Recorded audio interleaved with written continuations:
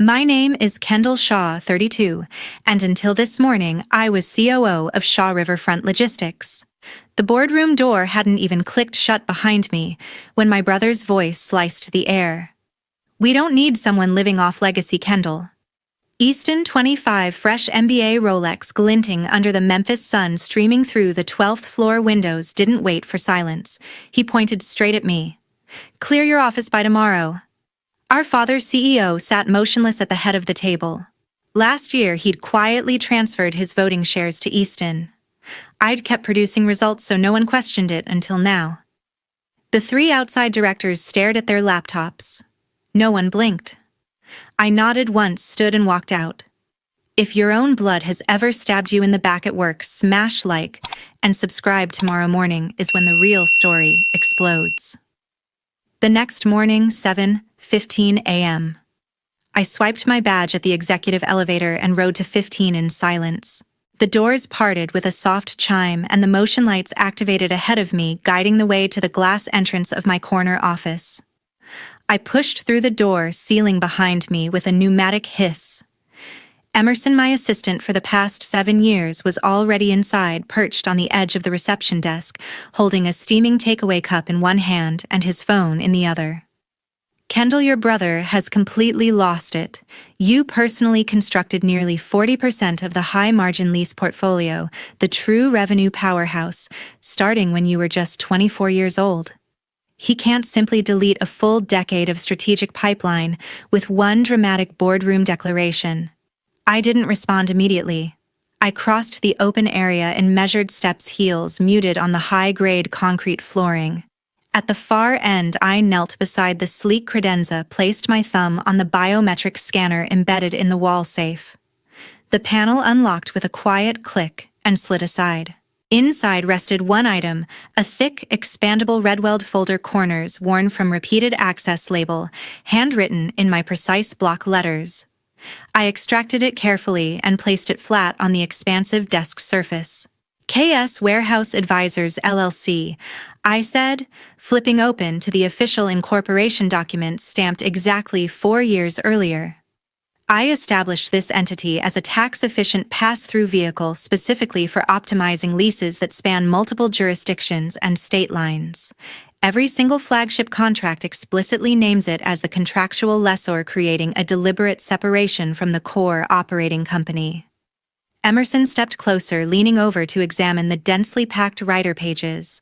The board actually reviewed and approved these amendments. They initialed every individual rider and schedule. They focused on phrases like accelerated depreciation benefits and like-kind exchange structuring, and never looked beyond. The controlling entity designation at the very top never prompted any follow-up questions or concerns. I navigated to the comprehensive portfolio summary sheet. 23 currently active lease agreements. Combined controllable square footage under management $4.8 million. Current annualized revenue run rate $28.4 million, demonstrating a consistent 9.3% compound growth rate across the previous 6 consecutive quarters. Emerson exhaled slowly through his teeth. That segment is the absolute profit lifeline. Correct. I folded the red weld shut, inserted it into the waiting slim carbon fiber briefcase positioned on the adjacent visitor chair, and secured the dual combination locks with 2 distinct clicks. And the lifeline has officially been redirected to new ownership. He moved to the floor-to-ceiling window, hands shoved deep into his pockets, observing a long towboat pushing 3 loaded barges southward against the current. The standard renewal cycle commences in exactly 90 calendar days. Apex Covenant Delta, they all mandate your proprietary dynamic routing tables and lane optimization models. They will not execute blind commitments without confirmation. They will receive full confirmation. I rotated the safe dial multiple times until the internal bolts engaged fully, then slipped the mechanical override key into the inner pocket of my blazer. Identical algorithms, simply operating under a different contractual lessor. Emerson turned back to face me directly. You are formally activating the full contingency protocol. The protocol activated the moment Dad executed the voting control transfer last year. I retrieved my tailored coat from the discreet wall hook. I merely engineered the release mechanism in advance. He nodded once, absorbing the implications. The mechanism is now fully deployed, completely operational. I checked the minimalist wall clock, 7:29 sharp. Inform facilities management that I will be fully vacated by 1100 hours. No packing cartons, no external movers required. One briefcase only. Emerson paused at the office threshold for a brief moment. Kendall, your parents. Parents do not execute lease throughput commitments. I moved past him into the brightly lit hallway. Shippers and tenants do. The elevator car arrived within seconds. I selected G for garage level. The descent was smooth and uninterrupted. At the sub-level lobby, security personnel acknowledged my exit with a casual wave. No additional badge scan needed for departure. I traversed the climate-controlled plaza, descended the dedicated garage ramp, and located my sedan in the assigned executive slot C4. I placed the briefcase on the passenger seat, started the engine with a low purr, and engaged reverse. The backup camera displayed empty space. I navigated the spiral ramp upward, emerged into daylight, and merged smoothly onto Riverside Drive. The Mississippi River sparkled to my immediate left, calm, vast, unchanging. I had dedicated an entire decade to constructing and maintaining the family infrastructure barriers. Now the entire water flow belonged exclusively to my direction. I accelerated firmly eastbound, maintaining steady pressure on the pedal, and observed the headquarters building diminish gradually to a distant silver reflection in the rearview mirror.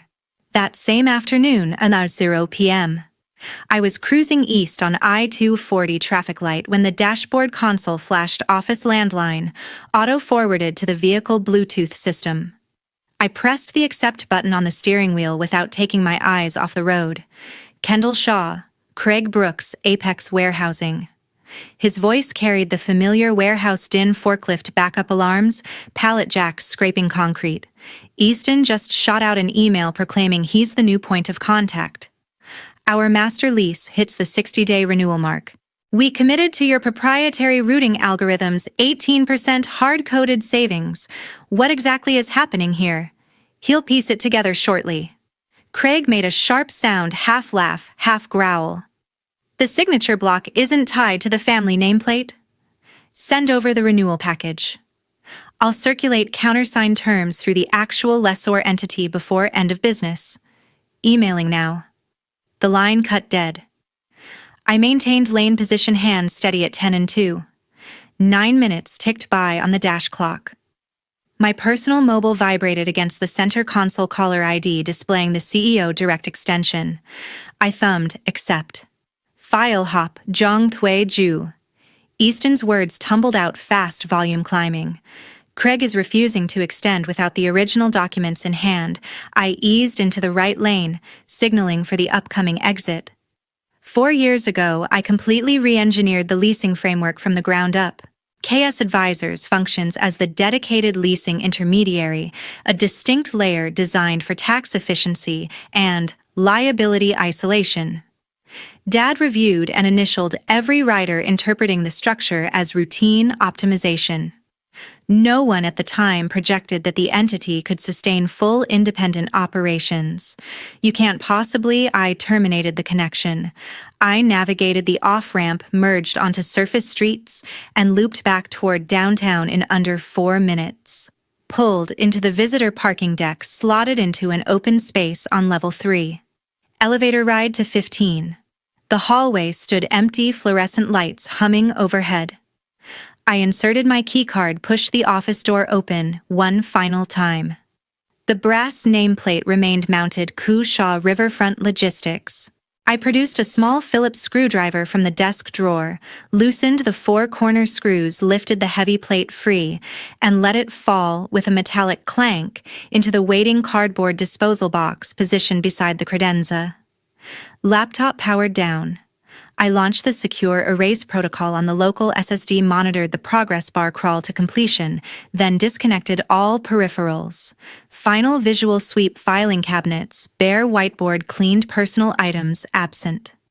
I stepped backward into the corridor, pulled the door closed. The electronic lock engaged with a definitive thunk.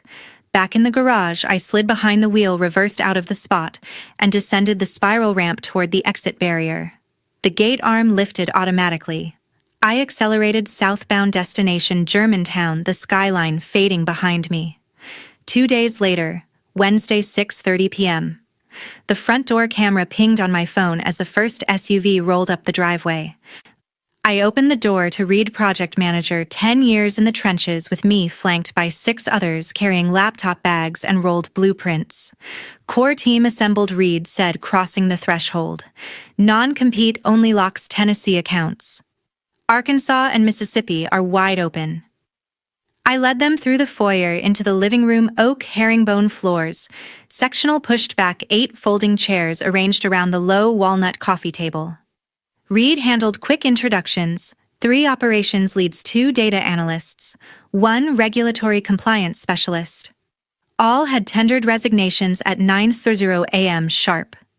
Lennon, my college roommate turned M&A counsel for warehousing transactions, arrived last, wheeling a slim aluminum briefcase packed with fresh drafts.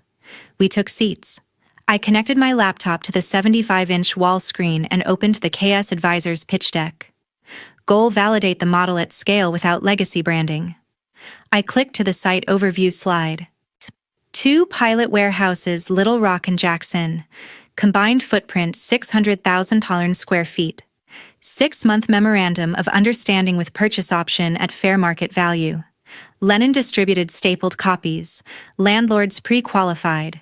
Base lease rate locked 15% below current market comps. Contingent on our immediate occupancy and CapEx commitment. Reed flipped to the equipment schedule. Racking conveyors, WMS integration, fully budgeted in the capital line. Turnkey installation within 30 days of move-in. An ops lead raised a finger. Routing engine and lane optimization software. My proprietary codebase, already migrated to private cloud. Access keys issued upon execution. Lennon opened the compensation folder. Base salary increased 15% across the board. 1% fully diluted equity granted day 1, 4-year linear vesting, full acceleration on change of control. The compliance specialist scanned the benefits page. Medical dental 401k match. Effective date 1. Same carrier upgraded dental plan, 6% match. Reed leaned in. Go live timeline: occupancy in 30 calendar days. First inbound truckload 45 days post-signature. A brief pause, then unanimous head nods. Lennon produced a stack of blue ink pens. MOU execution first, then individual offer letters. I signed the cover page of the top MOU, dated it, and slid it clockwise. 7 signatures followed in rapid succession, each pen stroke deliberate under the warm, recessed lighting. Reed capped his pen with finality. We are officially operational. Lennon gathered the executed originals. Electronic filing with the Secretary of State tonight. LLC operating agreement amendment queued for tomorrow morning. I passed out the pre-printed offer letters, names, titles, compensation figures already filled. Each team member reviewed, initialed the acknowledgement box, signed and dated. Handshakes circled the table, firm, committed. By 8:17 p.m., the group filed out, headlights sweeping the cul-de-sac as engines started. I secured the deadbolt, poured a glass of water from the kitchen island, and spread the signed originals across the dining table for final review. Phase 1 locked and loaded. 1 week later, Monday 9:00 a.m. My laptop pinged with an incoming Zoom link. Emerson appeared on screen, sitting in his home office, shelves of color-coded binders behind him. Kendall, the board just called an emergency session for 10 o'clock. Your name is the only agenda item, employment status clarification. They expect you in the 12th floor conference room. I muted the live drone feed from the Jackson pilot site, streaming on my secondary monitor. Decline. My calendar is blocked. He leaned closer to the camera. Your father is running the meeting. The 3 outside directors are demanding a full report. Understood. I clicked end on the Zoom window. The house phone rang instantly, caller ID flashing, mom's cell. I counted 4 rings before lifting the receiver. Kendall. Patricia's voice held the polished southern drawl she reserved for bridge club and charity galas. "Your father wants you to come downtown and talk this through. Not as a former executive. As his daughter." I watched the Baton Rouge landlord's shared screen cursor blink in the lease draft awaiting my final edits on the indemnity clause. "Relay the message that I'm tied up in a critical negotiation." I rejected the auto-populated board meeting invite on my phone. Patricia paused, the silence heavy. "He's concerned." "We both are. Blood runs thicker than any contract, sweetheart." The landlord messaged in the chat box, "Green light on final red lines," I replied. "Advance to Section 8.2. Cross-default provisions. Blood doesn't retroactively rewrite board votes that strip a decade of documented revenue contribution." I kept my volume even. "I have a firm cutoff at 9:15. She exhaled softly. "Kendall, please." I placed the receiver back in the cradle, toggled the ringer to Do Not Disturb, and rejoined the Baton Rouge video conference. "Sorry for the brief interruption." I addressed the grid of 8 participants. Lennon Reed, 2 newly hired site superintendents, 3 equipment vendors. "Let's lock the 1.1 million square foot expansion package." Reed screen shared the updated financial model, phased capital expenditures over 18 months, projected internal rate of return exceeding 22% sensitivity analysis on fuel surcharge volatility. Lennon scrolled to the incentive rider. Economic Development Authority confirmed the 10-year payment in lieu of taxes agreement, 75% abatement year 1, stepping down 5% annually. A vendor representative inquired about electrical infrastructure, redundant utility feeds, dual substation transformers specified in the RFP, uninterruptible power supply covering all automated sortation lanes. We advanced slide-by-slide target occupancy, 3rd quarter initial revenue recognition, 4th quarter positive cash flow, month 8, post-go live. By 10:51 a.m., the term sheet was pristine. Lennon generated DocuSign envelopes and distributed links to each party. Electronic signatures arrived in order. Landlord entity KS Advisors, LLC, Local Power Cooperative. Transaction sealed. I powered down the laptop at 11:04. The board line showed 0 missed calls. Dad's mobile displayed no new texts. Phase 2, fully capitalized. 3 weeks later, Thursday, 11th house or 0 a.m. The Memphis Warehousing Symposium filled the Marriott Grand Ballroom with over 500 supply chain executives, badge lanyards clacking against coffee cups. I mounted the main stage beneath a crisp KS Advisors banner in navy and silver, no trace of the old family logo anywhere in sight. Craig Brooks had delivered the introduction 4 minutes prior. Apex National Vice President of Distribution, speaking in measured corporate tones, 0 reference to Shaw Riverfront. I advanced the remote to the opening slide, Apex National Fulfillment Framework, $20 million 3-year master services agreement. Apex National designates KS Advisors as sole lessor and routing optimization provider for 28 strategic nodes. Nationwide, I stated voice carrying through the house system. Projected annual volume 42 million cartons processed. Fixed base rate with built-in performance escalators tied to on-time delivery and damage-free metrics. The next screen displayed the continental map, 28 red pins stretching from the Laredo crossdock to the Newark high-velocity hub. Phase 1 activation, 2.4 million square feet operational by 1st quarter. Full national footprint live by 4th quarter next calendar year. Polite but enthusiastic applause swept the room. Smartphone cameras angled upward. Craig ascended the 3 steps to join me, thick contract folio tucked under one arm. We positioned at the signing table draped in black linen. Dual pens, his Mont Blanc My Lamy, moved in unison across the execution blocks. The notary pressed her embossed seal beside each signature line. $20 million committed. We exchanged the standard grip and grin for the official photographer, then stepped aside as the moderator announced the next panel. By 1:18 p.m., my advance team had claimed the new East Memphis headquarters.